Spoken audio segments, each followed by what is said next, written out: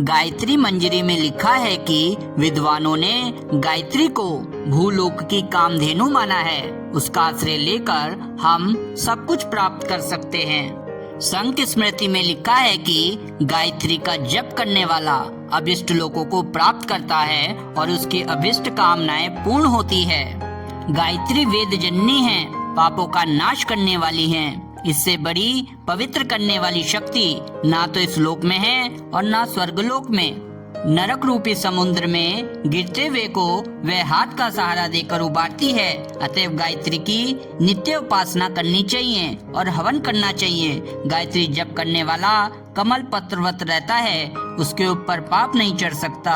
गायत्री जप से निसंदेह समस्त सिद्धियां प्राप्त होती है। अन्य कोई साधना ना भी करे तो भी गायत्री का आश्रय लेकर पार हो जाता है। इस उपासना से स्वर्ग भी मिलता है और मोक्ष भी। नित्य नियमित रूप से गायत्री की भक्ति पूर्वक जप साधना करनी चाहिए। गायत्री उपासना के द्वारा प्रज्ञा शक्ति प्राप्त करने के साथ साथ साधक को वे सभी विशिष्ट क्षमताएं प्राप्त होती है जिनका वर्णन विद्या के अवगाहन तथा योग तप आदि के साधना विधान के साथ जुड़ा हुआ है। गायत्री उपासक की आत्मिक पूंजी निरंतर बढ़ती चली जाती है और वह यदि धैर्य और साहस के साथ आत्मशोधन करते हुए अपने मार्ग पर बढ़ता ही चले तो एक दिन वह नर से नारायण स्तर पर पहुंचा हुआ सिद्ध पुरुष बनकर रहता है। अथर्ववेद में गायत्री की स्तुति की गई है, जिसमें गायत्री को आयु, प्राण, शक्ति, पशु, कीर्ति मतलब प्रसिद्धि, धन बल और ब्रह्म तेज प्रदान करने वाली कहा गया है। गौपद ब्राह्मण में लिखा है कि हे तात, समस्त वेदों का तेज गायत्री है। सामवेद का ये छंद ही 24 स्तंभों का वो दिव्य तेज है जिसे धारण करने वालों की वंश परंपरा तेजस्वी होती है। भगवान श्री कृष्ण ने भगवत गीता के 10वें अध्याय के 35वें श्लोक में कहा है कि छंदों में मैं गायत्री छंद हूँ। भगवान श्री कृष्ण गीता के 7वें अध्याय के 10वें श्लोक में कहते हैं, मैं बुद्धिमानों की बुद्धि हूँ और तेजस्वियों का तेज हूँ।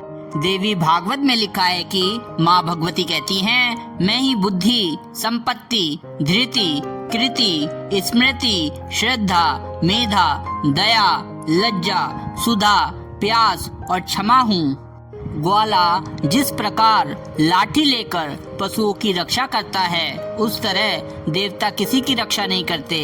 वे जिसकी रक्षा करना चाहते हैं उसकी बुद्धि को सन्मार्ग पर नियोजित कर देते हैं। गायत्री का निवास शिरोमार्ग बताया गया है। देवताओं का निवास ब्रह्मरंध्र में मस्तिष्क में बताया गया है। सैकड़ों दिव्य शक्तियों का केंद्र होने के कारण उस केंद्र को शतदल कमल कहते हैं। यह संख्या हजारों असंख्यों में है, इसलिए उसे सहस्त्रदल कमल कहते हैं।